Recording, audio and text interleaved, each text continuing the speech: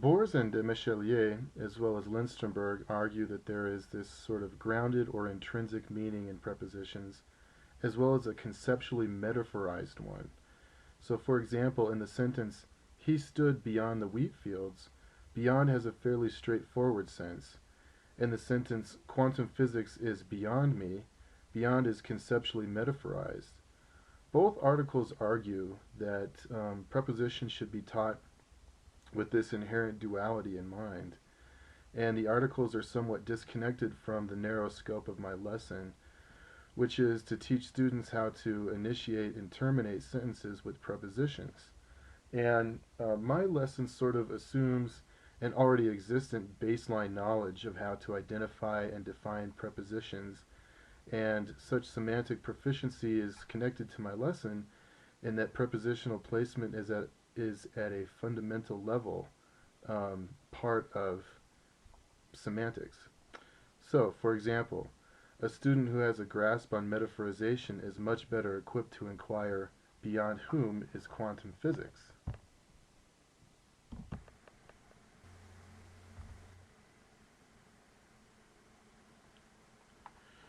So the student population for my lesson is comprised of 12 to 13-year-old native speakers of English and some potentially English language learners as well. The lesson is an hour long, and it's part of a week-long set of lessons on prepositions. So prepositions are so vital to communication that they are afforded an entire week of class time. And the lesson begins with a brief history of English prepositions. The students are then given examples of how to initiate and terminate sentences with prepositions. And once this has been completed, students are given the opportunity to individually come up with their own sentences that begin and end with prepositions. And finally, students break up into small teams to write a short story in ensemble while incorporating examples of prepositional placement.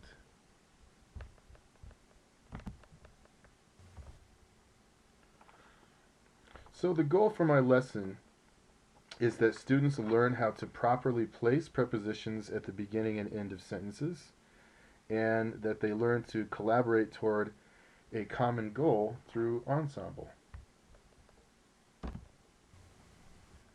Okay, the requisite skill set for my lesson includes being able to identify prepositions, having semantic understanding of prepositions, having or being able to properly place prepositions, and being able to work with others toward a common goal. So before students can learn to place prepositions properly, they must come to the lesson with a baseline ability to identify and define English prepositions. And this includes the intrinsic and conceptually metaphorized understanding that was mentioned earlier of a given preposition. This in turn gives the necessary subset of skills to be able to initiate and terminate sentences with prepositions. Finally, having the ability to work with others is key to collaborating in ensemble, as ensemble is by design a collaborative tool. Okay, so the materials for the lesson include pencils, paper, and MacBooks, and each student will first be exposed to a brief lecture on the history of English prepositions. This is to give some background on why initiating and terminating sentences with prepositions is found with such a high frequency in English.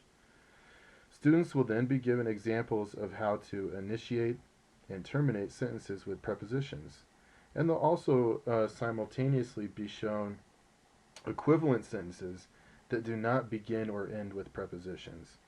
And this allows the learner to differentiate between when it is best to begin or end a sentence with a preposition.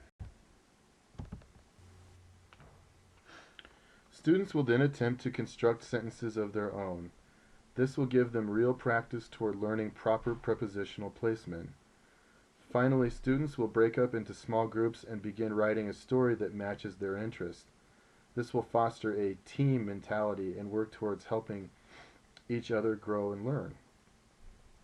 So ensemble is an ideal tool to meet this end, and its role in my lesson is to provide a creative platform by which students not only form sentences, but do so in a cogently sequential manner that is necessary for developing a story.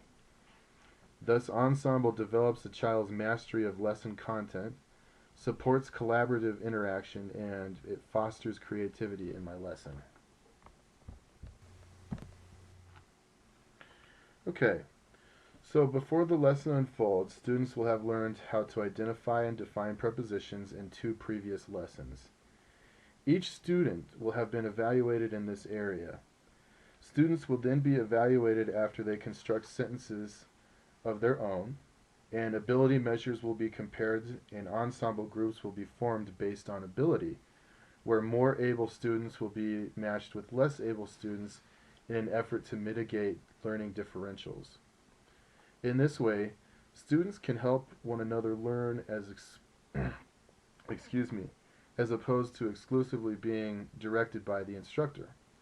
And then after their stories, students will be evaluated on the quality of their sentences and their composition, and to a lesser but nonetheless present degree, students will receive feedback on the delivery of their stories. Thank you. Have a wonderful day.